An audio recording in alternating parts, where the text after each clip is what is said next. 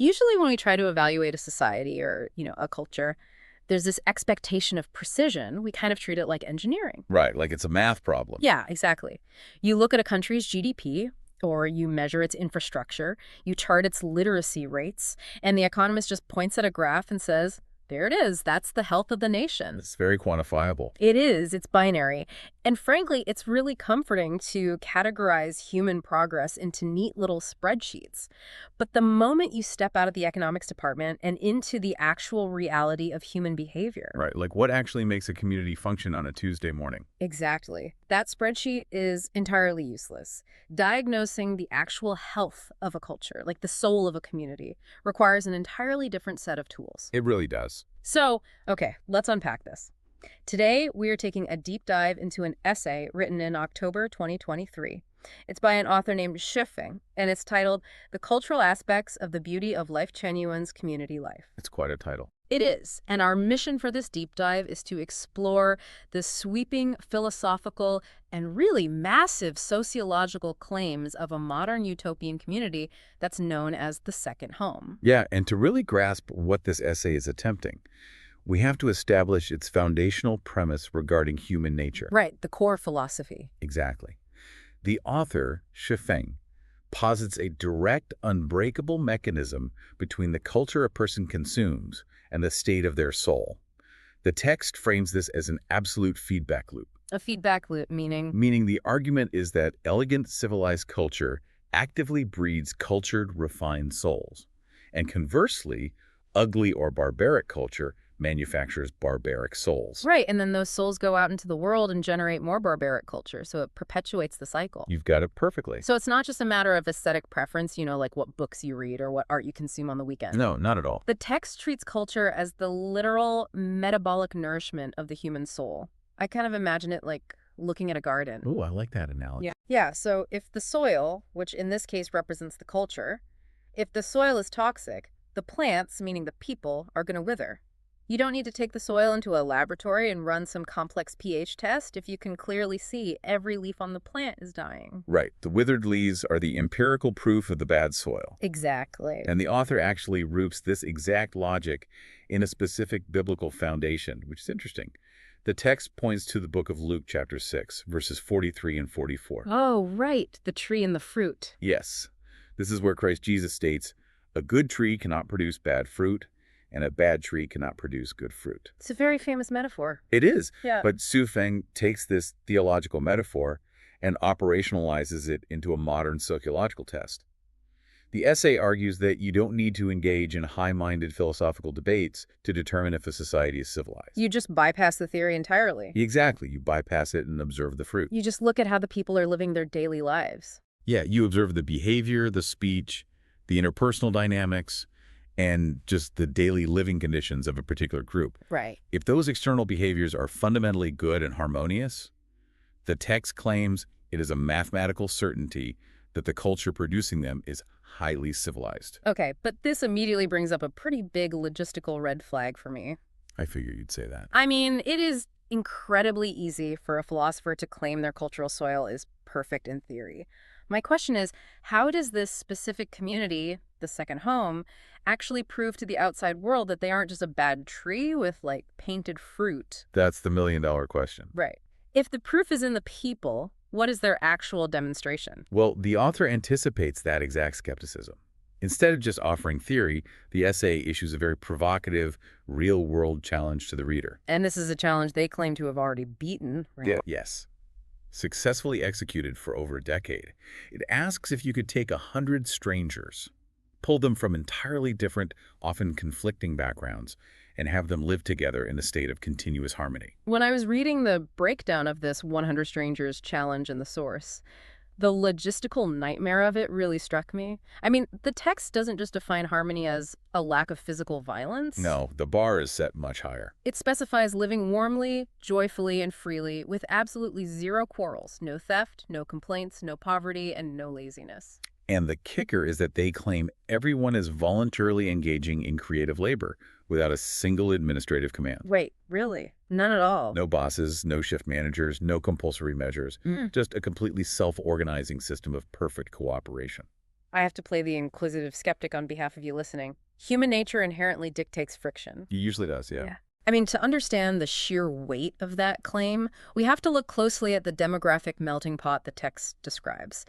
The residents of the second home, who are referred to as Chenuan Celestials, Right, Chenuan Celestials. they are not a homogenous group of people who grew up in the same neighborhood with the same foundational worldview. Not even close. The essay lists an astonishing cross-section of humanity.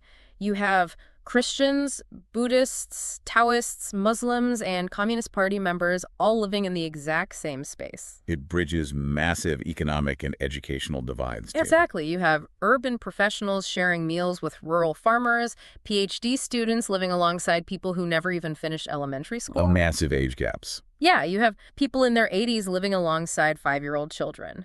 If you put a PhD student and someone with no formal education in a room to fix a plumbing issue, there's going to be a disagreement on the methodology. Oh, for sure. If you put 5 different religions in a kitchen, there will be friction.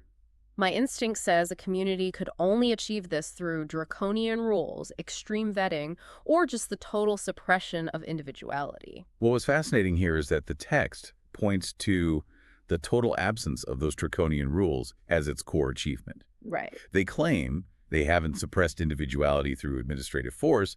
They claim to have harmonized it through culture.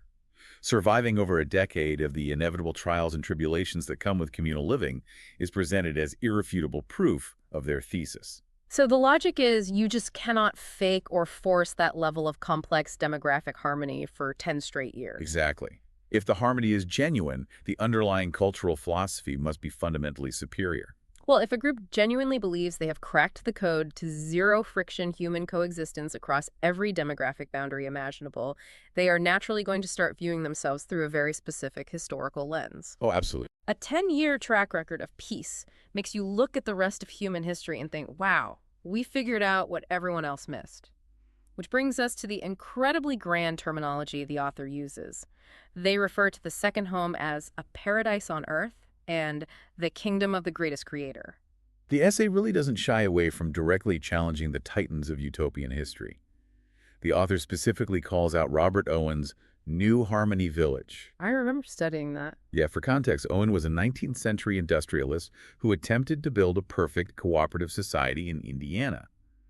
It is widely studied as one of the most famous utopian experiments in modern history, primarily because it famously collapsed under the weight of human infighting and economic reality. Right, it fell apart.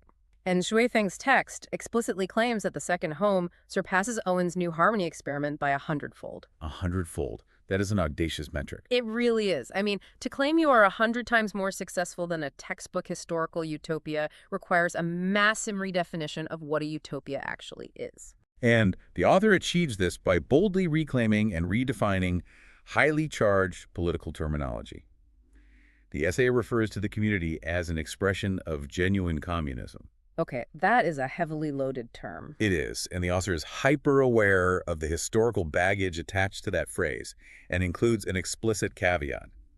The text notes that their version of genuine communism is entirely distinct from anything discussed, theorized, or violently practiced in modern human history. And as impartial guides through this deep dive, it's really crucial we note that we are not endorsing these claims, nor are we taking a side on the political spectrum here. Absolutely not. We're just unpacking the rhetorical strategy of the text. Right. By using a phrase like genuine communism, but stripping it of its 20th century political context, the author is using history as a contrast to highlight the uniqueness of their specific cultural heritage. They're essentially saying the political systems of the past failed because they relied on administrative force. But our system succeeds because it relies on the spiritual and cultural soil.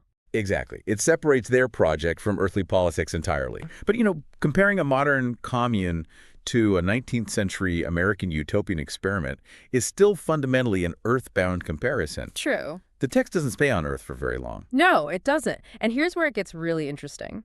Once a philosophy claims to have solved human interaction on a microscopic level, the ambition inevitably scales up. It has to. Right. The author introduces the concept of universal cosmic values. Mhm. The claim isn't just that Chanyuan culture works well in their specific community, or even that it would work well in your local neighborhood. The text asserts this culture is applicable universally across the entire cosmos. The scope expands from sociology to straight-up cosmic philosophy. The essay specifically lists realms of application ranging from hell to heaven, the celestial world, and the Buddhist paradise. It's massive. It is. It even utilizes highly abstract, almost mathematical language, stating the culture applies from the XYZ world to the XYZ world. I had to read that specific line a few times. By using the XYZ axis, which represent three-dimensional space, and then referencing the negative XYZ, the author seems to be attempting to encompass both the physical, material universe and the inverse. Like antimatter. Yeah, antimatter or perhaps unseen spiritual dimensions. It is an attempt to build a unifying framework for reality itself. And to construct a framework that massive Chenyuan culture claims to synthesize the teachings of history's most monumental spiritual figures. They bring everyone in. They do. The text states it weaves together the core philosophies of Christ Jesus, Buddha Shakyamuni, Celestial Laozi, and the Prophet Muhammad. That is quite the lineup. It blends these with rich content in philosophy, science, art, and the humanities, even claiming to offer unique analyses of time and space, such as the concept of horizontal space-time. Okay, this concept of horizontal space-time really caught my attention. If we think about how humans usually experience time, it's vertical, it's linear. We have the past below us, the present, and the future above us. And that linearity creates problems. Yes, that vertical linearity creates anxiety. Regret about the past, fear of the future, which are arguably the root causes of most human conflict. So true. If the text is proposing horizontal space-time, it implies a state of being where everything exists simultaneously. You aren't striving for a future utopia, you are actively living in a continuous, perfect present. That interpretation aligns perfectly with their claim of living a joyful, anxiety-free life without administrative commands. Yeah, and trying to visualize this massive synthesis of Jesus, Buddha, Laozi, Muhammad, and horizontal space-time, the best analogy I can construct is that the author is attempting to code a new open-source operating system for the universe. An operating system, I like that. Think of the greatest creator as the fundamental hardware of the cosmos. Throughout history, different prophets, Jesus, Buddha, Muhammad, acted as software patches. They provided crucial code for their specific regions and eras, but those individual programs often crashed when they tried to interact with each other. Right. The religions became siloed operating systems that couldn't communicate, Yeah. which led to historical conflict. Exactly. The text is essentially claiming that heavenly culture is the master operating system that finally reconciles all that legacy software. It brings it all together. It translates Buddhist detachment, Christian love, and quantum concepts like horizontal spacetime into one unified code. And the most ambitious part is that this cosmic code isn't meant to be an esoteric, unreadable matrix. No. The text insists it is deeply down to earth. Right, close to human nature and meant to be lived out while cooking dinner or just planting a garden. That analogy captures the central tension of the essay perfectly. The author claims absolute cosmic authority across multiple dimensions, yet grounds the proof of that authority in the simple, mundane reality of 100 people not arguing over doing the dishes. It's wild when you put it like that. But making a claim of this magnitude, that you possess the master operating system for reality, inevitably invites intense scrutiny. Oh, if you declare you have solved the universe, you are going to attract critics. So how does the text defend this massive philosophical architecture against the outside world? The text defends itself through a strategy of radical, almost aggressive transparency. It describes Chenyuan culture as a completely open system and issues a direct challenge to the entire globe. An open challenge. Yes, the author invites anyone specifically calling out religious masters, political leaders, cultural elites, scientific experts, and philosophical giants to step forward and attempt to refute their culture. It's essentially a philosophical gauntlet thrown at the feet of the global establishment. It really is. And the phrasing used is striking.